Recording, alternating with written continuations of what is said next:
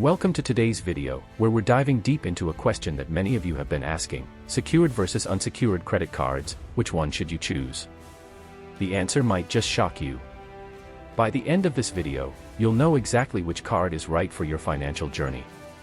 And stick around till the end, because I'm going to reveal a game-changing secret about these cards that most people don't know. Trust me, you won't want to miss it. Let's kick things off by breaking down the basics. What is a secured credit card? Simply put, a secured credit card is one that requires a cash deposit as collateral before you can use it. The amount of your deposit usually becomes your credit limit. For example, if you put down $500, your credit limit will likely be $500. Sounds simple, right? But here's the thing: because it's secured, these cards are often easier to get approved for, especially if you have no credit or a bad credit history. It's essentially a way for the card issuer to minimize their risk while helping you build or rebuild your credit. Now, let's talk about unsecured credit cards. These are the cards that don't require a deposit. Your credit limit is determined by your creditworthiness, meaning your credit score, income, and financial history will dictate how much you can borrow. If you have good credit, you'll likely get a higher limit and lower interest rates.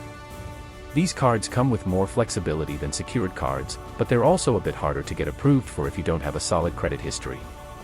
So, which one should you go for? Well, here's where things get interesting. If you're just starting out with credit, or if your credit history is less than stellar, a secured card can be a lifesaver.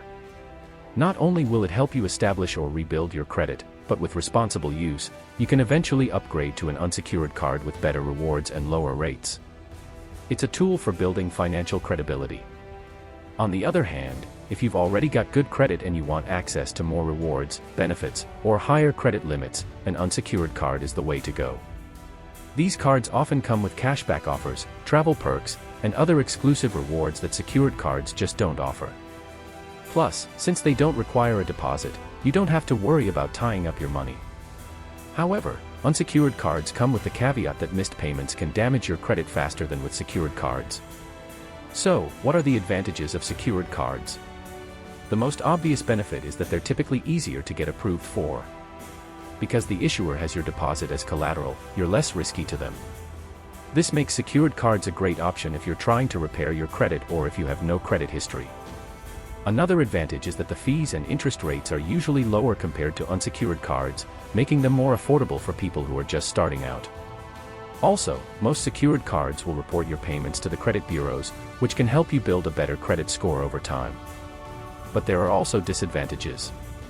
The most significant downside is the deposit.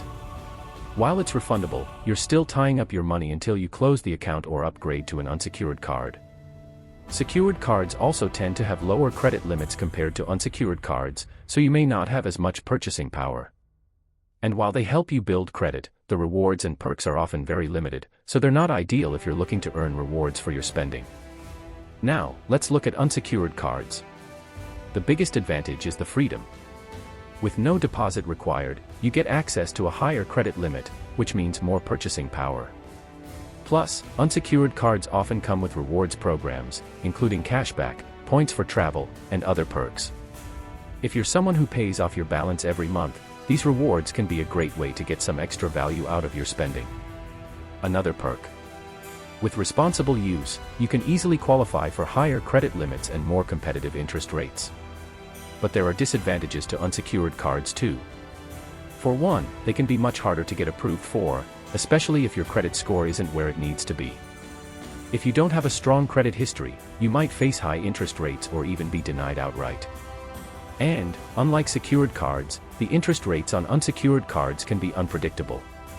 If you carry a balance, you could end up paying high interest fees, which can quickly snowball and turn into a huge debt problem.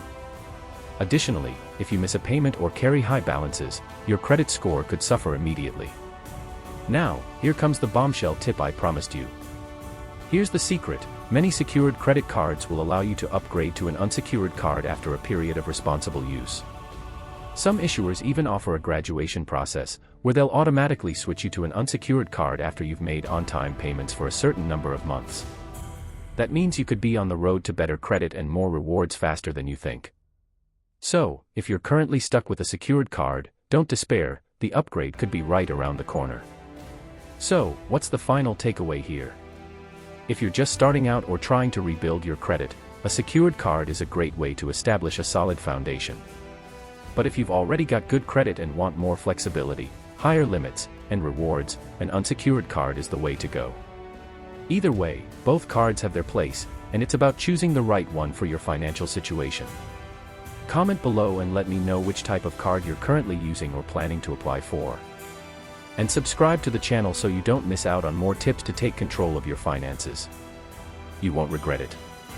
Thanks for watching, and I'll see you in the next video.